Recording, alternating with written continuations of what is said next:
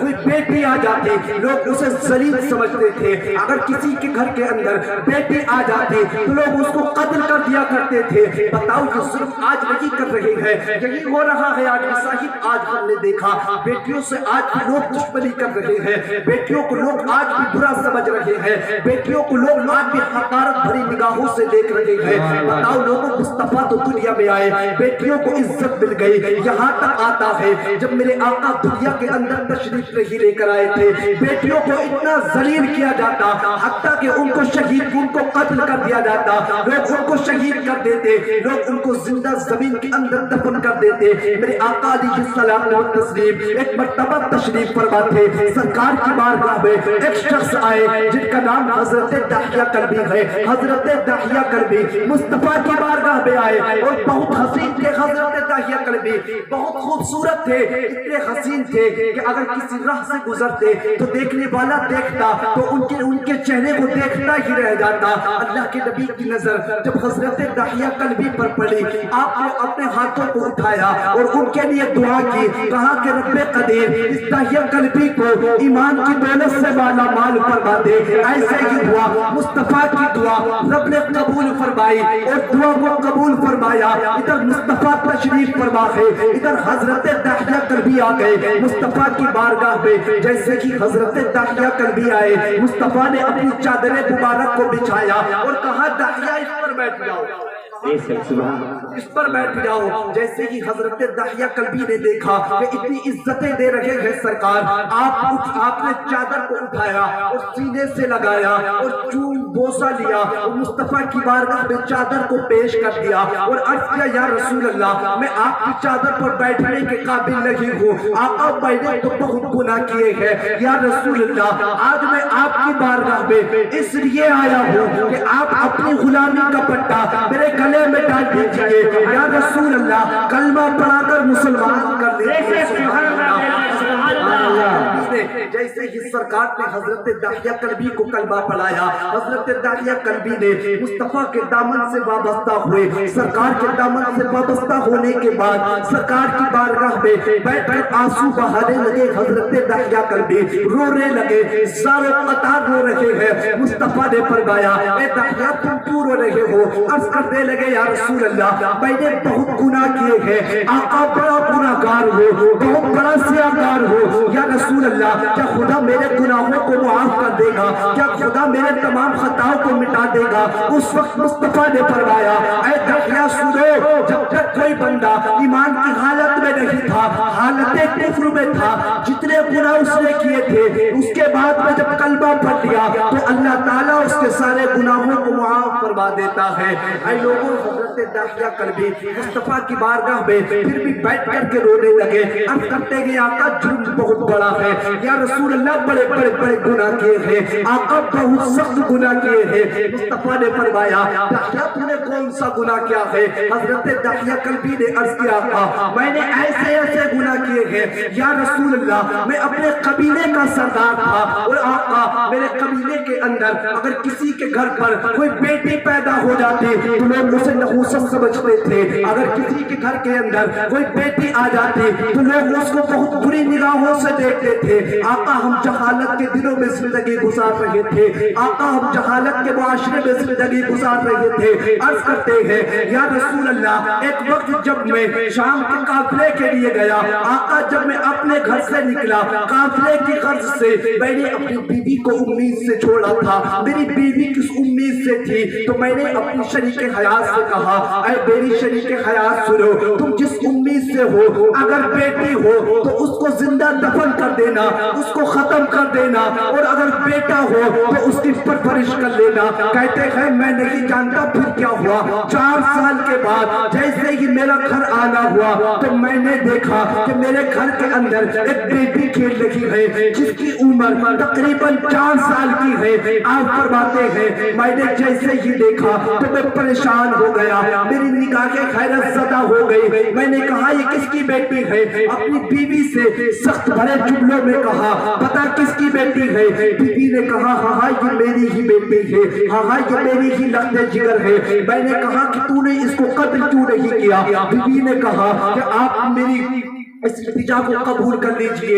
یہی میری بیٹی ہے کہ جس کے ذریعے میں اپنی زندگی کو گزار سکوں گی. یہی میری ایک ایسی جگہ جگر ہے کہ جس کے ذریعے میں اپنی زندگی کو صحیح سے بسر کر سکوں گی. آپ فرماتے ہیں, حضرت تحیہ کلبی کہتے ہیں, میری بیوی نے بہت زیادہ گزارشیں کی, میں نے اب اس کو چھوڑ دیا اور میرے سینے کے اندر اپنی بیٹی کے لیے محبتیں داخل ہو گئی. پیار کرنے لگا اپنی بیٹی سے, محبتیں کرنے لگا اپنی بیٹی سے. آپ فرماتے ہیں لیکن جس راستے سے میں گزرتا لوگ مجھ سے کہتے ہیں یہ وہی تحیہ کلبی ہے کہ جو دوسروں کی بیٹیوں کو قتل کرتا ہے لیکن اپنی بیٹی کو سینے سے لگا کر کے پال رہا ہے. آپ کہتے ہیں یا رسول اللہ, معاشرہ جاہل تھا, جہالت بھری ہوئی تھی, میں نے اپنے خاندان کی عزت کو اپنے سر کا تاج سمجھتے ہوئے ایک دن اپنی بیٹی کو اٹھایا اور لے کر کے چل دیا میدان کی طرف, لے کر کے چل دیا مکہ کے جنگلوں کی جانب. اور جیسے ہی میں جنگلوں میں پہنچا میں نے اپنی بیٹی کے لیے ایک زمین میں ایک گڑھا کھودا اور گڑھا کھود کر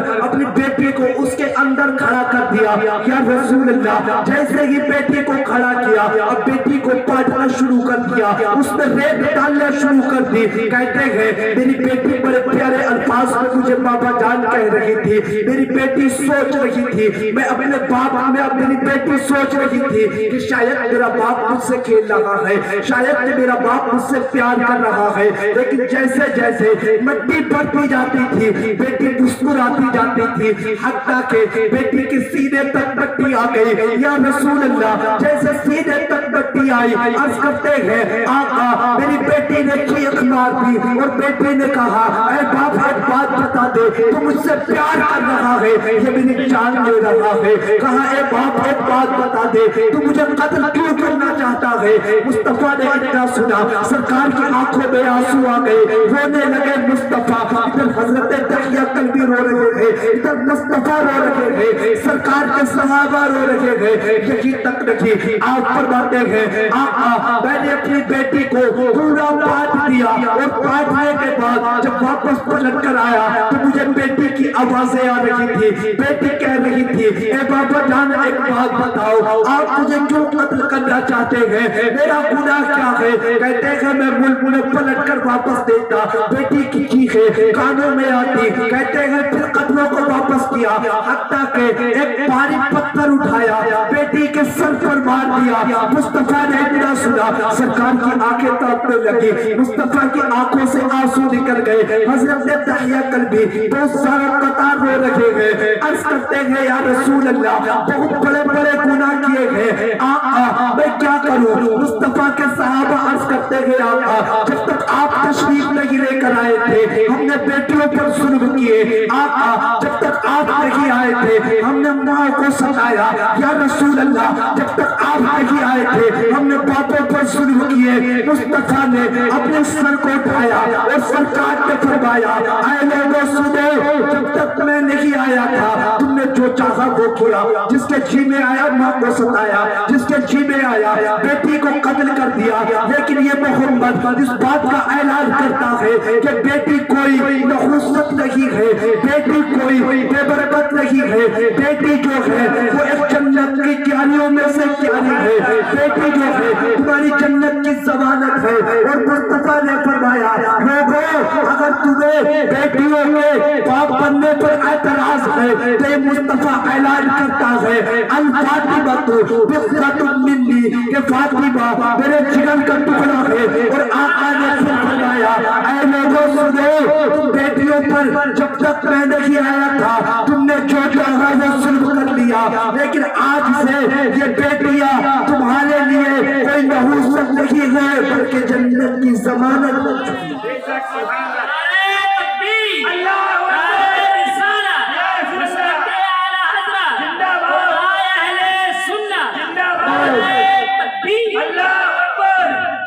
لوگوں یہی تک نہیں, میرے آقا یہاں تک ارشاد فرماتے ہیں, سرکار نے فرمایا, مصطفیٰ نے فرمایا کہ جس کے آج نعرہ لگاتے ہیں بہت خوشی کی بات ہے, لیکن حقیقت میں خوشی کی وہ بات ہے کہ ایک وقت وہ آئے گا کہ آقا نے ارشاد فرمایا کہ قیامت کا دن ہوگا تو میرا ایک امتی وہ ہوگا کہ فرشتے جس کے لیے نعرہ لگا کر جنت میں لے جائے. فرشتے نعرہ لگا کر جنت میں لے کر کے جائیں گے. آپ کہیں گے کون ہے؟ تو سرکار نے فرمایا وہ شخص وہ ہے کہ جس کے باپ کا انتقال ہو گیا ہو اور اس کے بھائی نے اپنی بہنوں کی پرورش مصطفیٰ کی شریعت کے دائرے میں کی ہو. تو مصطفیٰ فرماتے ہیں اللہ قیامت کے دن فرمائے گا کہ اس انسان کو فرشتوں سے کہے گا کہ اس انسان کو نعرہ لگا کر کے جنت میں لے جاؤ. سبحان اللہ. نعرہ لگا کر کے جنت میں لے جاؤ. لوگوں آقا نے کتنی عزتیں دی ہے. تو بالخصوص ماؤں بہنوں کو بھی غور و فکر کرنا چاہیے کہ جن ماؤں کی اس وقت کے اندر کوئی قدر نہیں تھی. کہاں جنت ہے عرش اعظم سے اوپر, اور عرش اعظم کہاں ہے؟ ساتوں آسمانوں سے اوپر عرش اعظم, اور اس سے کہیں آگے جنت ہے. مصطفیٰ نے اس جنت کو لا کر کے ماں کے قدموں کے نیچے رکھے.